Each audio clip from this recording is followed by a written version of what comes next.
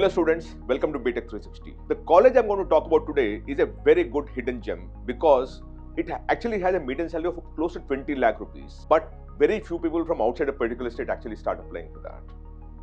This college has been established in 1998 by the government of Delhi. It is called the Indira Gandhi Institute of Technology initially.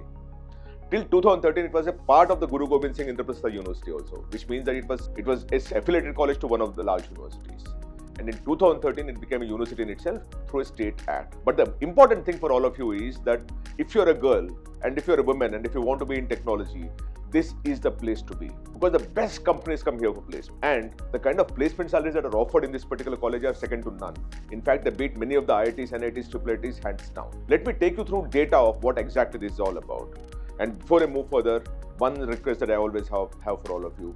Please subscribe to Btech360. Right now, about this particular college, Indira Gandhi Delhi Technical University for Women, and we'll talk on the placement stats, salary data, recruiters, job role-wise performance, everything we're going to talk about at this point in time. As I said, the institution became a university in 2013, but the college was there in 1998 onwards. It was earlier a part of the IPU, what we call as IPU at this point in time, and it was of course done by the government of Delhi. So it's a state institution that is, and that's the reason why you see a lot of Delhiites coming in, because the state obviously prefers its own citizens to be taking space in that. The NRF ranking is 201 to 300, which I think is very unfair for this particular college. They should be less than 100 as far as I'm concerned. In fact, I'll take it close to about 60-70 if I were to have the power, right? So the NRF ranking for this particular college is very unfair for the college itself in that sense. The campus size is 10 acres of land.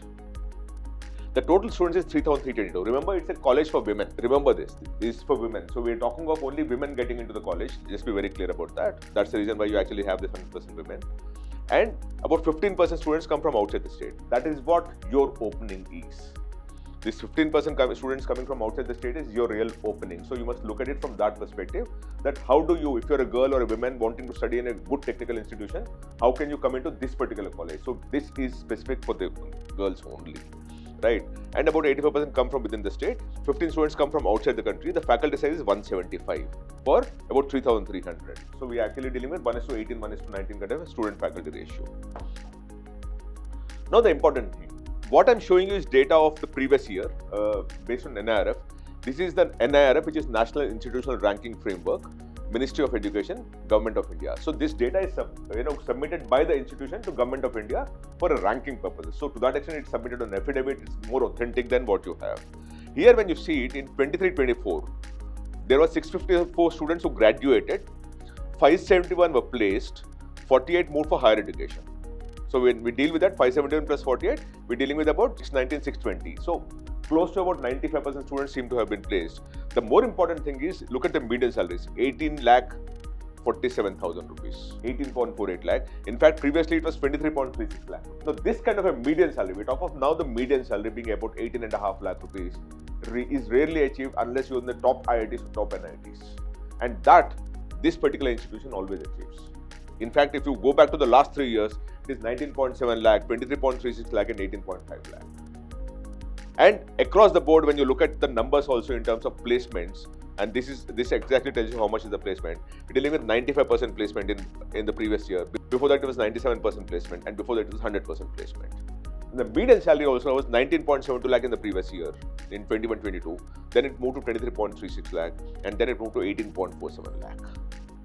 Now, here also, if you very closely look at why the median went down, because the number of students grown from 449 to 654, and the number of students who placed moved from 400 to 571. So they almost had a 40% growth. The number of students, 40-45% growth in the number of students who were placed, because of which this median salary went down. If they had actually stuck with only the same intake, this would have been much more than the 23 lakhs. Also, it would have moved to 25 lakhs also. So from that perspective, my estimate is the top 10% here would be about 35 lakh rupees kind of a thing, right? And that is the strength of this particular institution. Now, when you look at the placement stat of 24 as per their own website itself also, by the way, branch-wise we are talking about it now. See, earlier what we talked about is the entire institution, right? For CSE AI, the total students was 73, 56 were placed, 52.89 lakh was the highest salary, and the average salary is 22.82 lakh. For CSE, 188 students were the total, 145 were placed, highest salary is 56 lakh and the average salary is 25.15 lakh. For IT, 20.99 lakh and 52.89 lakh was the highest salary, 125 students placed. For EC, 95 students placed, 56 was the highest salary and 19.63 was the average salary. And for mechanical and automation engineering, you actually have 96 students were the graduated, 64 were placed, 32 was the highest salary and the average salary was 8.52 lakh. So what is happening is this course seems to be bringing down the thing. But otherwise, if you look at everything else that is being offered there, you are dealing with about 20 lakh kind of an average salary and about 25 lakh possibly of a median salary also, right? That is the strength of the institution, because across the board, if you now notice, everything is in double digits only, but for when you come in with mechanical and automation. Now, moving further, when we look at last year's data, again 23-24 data, what we have, the total offers that were made was 1,200. The pre-placement offers of 172. And this is something that I always tell you, it's very important for you to understand whether the college actually offers internship, because it's the internship that leads to a pre-placement offer and leads to a placement also. So if a college is focused on ensuring there is internship and pre-placement, then trust me that the jobs will anyway be found, because if you are found good, no company would want to train you and let you go. Which is where this advantage for this particular thing is that the pre-placement offer is about 172 offers is what they have. Full-time jobs is 365, 6-month internships 250, summer internships 429 students have got it. And the highest salary is 56 lakh rupees by Adobe. Average salary across the board is 20 lakh rupees. I told you earlier about the median salary about 18.5 lakh. The average salary across the board is 20 lakh rupees. Now that is the strength of this particular institution. Right. Now, what is the joint admission? How does you go about getting into it? You basically need to go through JEE Delhi is what you call it, because it's a Delhi-based institution, mind you. But 15% seats are reserved for the All India quota, which is where you can come in if you are good, right? It starts in May 2026. 5 rounds. First round likely in July 26, and dates to be announced. The spot round would also be announced if still any seats are left, right? Now, what is the thing? What are the courses that they offer? They offer CSE. They have CSE with AI. I've already shown you the placement for each of them, remember that, right? You have ECE, then you have EC with AI, then you have IT, and then you have AI and ML. This one is coming up very, very well. Mathematics and computing engineering. If you have it, if you're getting it, please take it. This is very much in demand. And then you have mechanical and automation engineering, where the placement seems to be slightly lower as compared to the other degrees, right? Then they also have a dual degree, which is mechanical and automation engineering with MBA, exit option after 4 years, right? So you can get into the program. After 4 years, you can exit if you want to, or you can continue to do an MBA, assuming you're interested in doing an MBA also, right? And they also have a BARC at this point in time, right? Now, what is the thing? Eligibility criteria. For B.Tech, admission is based on common rank list, which is tiebreaker criteria applied in case of identical rank. Right. So essentially your rank, JEE rank is what's going to get you, because your JEE rank is used by JEE Delhi for counselling purposes also, and creating a inter-se merit list, and from that inter-se merit list you start getting into this whole thing. And again, admission based on common rank list, tiebreaker, everything. For BR, it is again a common rank list, but we're talking of possibly paper 2 here. Now, what is the total intake that they have for the current year? They have 1,169 as an intake for the current year. Remember, the data that I showed you earlier was for an intake in 2021, which graduated in 23-24. Now, what we're talking about is intake in 25-26, which is 5 years hence. So that is where you actually have 1,169 as intake, of which CSE AI is 227, CSE is 227, ECE is 152. ECE again is ECE with AI is 152, just ECE is 77, IT is 152, AI and machine learning is 77, mathematics and computation is 77, mechanical and automation engineering is 97, dual degree is 32, and BARC is 50. In all, 1,169, right? Of which almost 1,050 is all about engineering only, and then you actually have dual degree program and MBA and BARC. This is the number of seats, which is where you should come in. First, 85% is for Delhi students, 15% for outside the Delhi region, which is where you can come in. The reason why we are covering this again and again, I repeat, is you don't have women-only universities, 1, and 2, you don't have any women-only universities getting a 20 lakh rupees kind of a median salary, which is what this institution has been getting consistently, regularly over the many years. They get the best students in, and you will understand why I'm saying that. Right. Now, if you look at the highest closing rank Of course, Delhi students are quite benefited in that sense. But for Delhi, for B.Tech CSE, the highest closing is 50,687. Now, when you say 50,687, we're dealing with about 96.5 percentile, 96.7 percentile. So that's a decent way to look at life, because you're getting CSE where the median salary is 20 lakh rupees at 96.7 percentile, which is a very good option. And if you're outside the state, it's 20,667. Here also, when you look at it, it is actually 98.7 percentile. Still a decent way of getting into a CSE program. Then you have B.Tech CSE and AI. 44,405 is for a Delhi student as the highest closing rank. So what we're talking of now is the highest closing rank in the open category. I'm not even talking of the other categories where it will fall dramatically, mind you. I'm talking of the highest closing rank in the open category is what we're discussing. So 44,405, which is essentially 97 percentile. Here it's 23,158 for outside Delhi, which means all India quota is what we're talking about. There was 50% seats, right? B.Tech AI and machine learning, 64,133. So what are we talking about? 64,133 at a 15.38 lakh students who've taken the examination this year. We're essentially talking of about 95.8 percentile kind of thing, which is again an achievable number, right? And for outside the home state, it is 25,326. B.Tech IT is 64,223 and 25,486 for outside the home state. B.Tech Mathematics and Computing is 69,000. I'm surprised. And 26,170. This year it will shoot up dramatically. But still at 69,000 also, if you now put things in perspective, dealing with 95.5 percentile. Now that is very easily achievable for good candidates, and which is where we are recommending and suggesting that keep an eye open for this particular thing. And you need to come through JAC Delhi, but through JAC Delhi also you have 15% open quota for outside the home state, all India quota rather. So that is where you're going to come in this particular thing. B.Tech Electronics and Communication is 27,368. B.Tech Electronics and Communication is 27,449. And I'm talking of all India quota right now. And B.Tech Mechanical and Automation is 30,228, and B.Tech Mechanical and Automation with MBA is 31,577. But here it goes up to 92,000, 94,000 also. Right now, when you deal with 94,000, 92,000, we're dealing with 93 percentile and above. That's easily achievable. And here also you're dealing with 95 percentile, 75,000 and all, 95% and below. So what I'm trying to say is that you actually have a very, very good chance of getting into this particular college if you're a girl. You want to do be invested in B.Tech, and you want to do CSE, IT, AI, machine learning, and automation, and all those kind of things.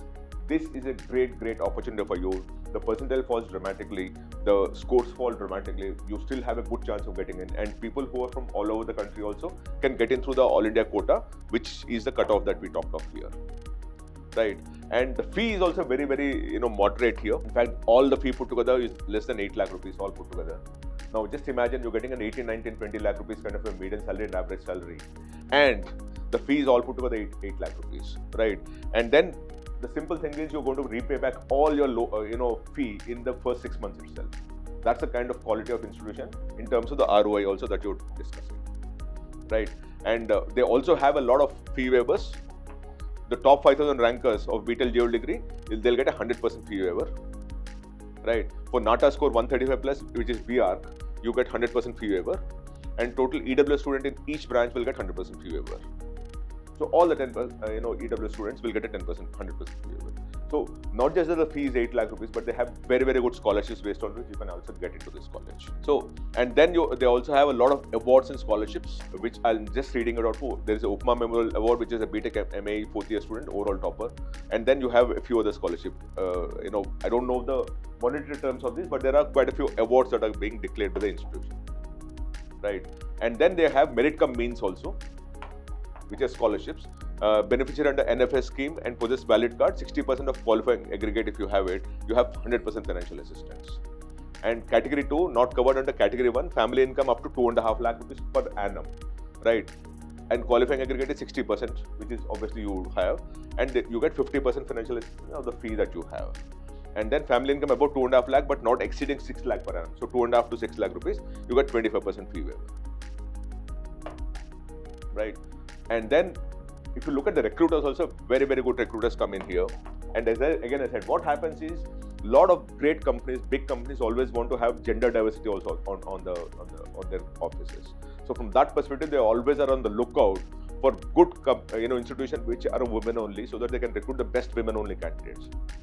Which is where this particular institution benefits a lot, because it is a top-notch institution in Delhi, getting the best candidates around, moderate fees, supported by the government of India, government of Delhi rather, and getting the best candidates always. So you have quality and everything is working there first, and that's where the best companies go there. You look at it, Microsoft, JP Morgan Chase, BNY Mellon, Deloitte, Citibank, Wells Fargo, Adobe, Cisco, PwC India, SAP, Salesforce, Visa, Morgan Stanley, Airtel, American Express, TransUnion LLC, British Telecom, Goldman Sachs, Deutsche Bank, Google, Yamaha Motors, Urban Company, Airtel Payments Banks, ServiceNow, Oracle, Intuit, Barclays, Lowe's. So you will actually have consulting companies, investment bank companies, banking companies, tech companies, new age startups.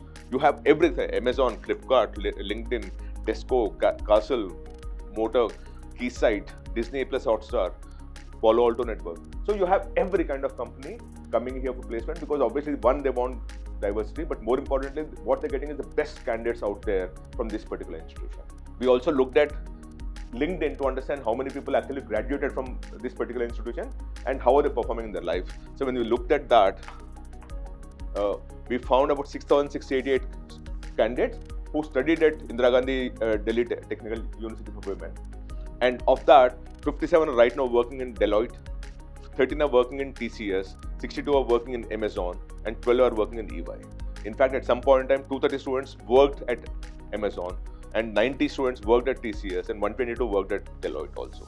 But moving further, we also wanted to look at the large companies, the trillion-dollar companies, the biggest companies on earth, and see if students from here could find a way of getting into these large companies. When we look at that data also, we found 6 of the students working in Meta, which owns WhatsApp, Instagram, Facebook, and all. 13 students worked at Apple, are working at Apple at this point in time. 62 students are right now working in Amazon, and 6 are working in Nvidia, and 274 students are working in Google. Of course, Google has a big office in Delhi, that also helps. But at some point in time, 993 of the students of the 6,688 worked at Google, which means we are essentially dealing with about 15% of the students of IGDTUW, Indira Gandhi Technical University, actually working at Google or had worked at Google at some point in time. That's a very, very massive, large number, right? So the reason why, as I said, we covered this whole thing. By the way, we also looked at how are the students, where are they domiciled and all. 96% of them are in India, about 2% are in USA, and 1% is in UK also. But about 4% students of this particular institution are all over the world. Now, it's a very fledgling university, mind you. It will keep growing. But the way it is structured at this point in time, very clearly, it is the students from here are doing extremely, extremely well and are finding places in the largest companies in the country, and also globally, they're slowly and steadily occupying very senior positions. And that is the reason we covered this particular thing, which is Indira Gandhi Technical University, Delhi Technical University for Women. The thing is, you have 8 lakh fee, you have 20 lakh rupees kind of a median salary, you have the biggest companies on earth coming and looking for placement here. And from that perspective, and you have 15% of the seats which are reserved for people outside of Delhi, and 84% seats reserved for students who are from Delhi, and it is a women-only university. So that is the reason why we covered it. I hope you like this. If you want me to cover any other institution, please write to me here and I'll be happy to cover that. And most importantly, please do subscribe to Btech360. Thank you so much. Namaste.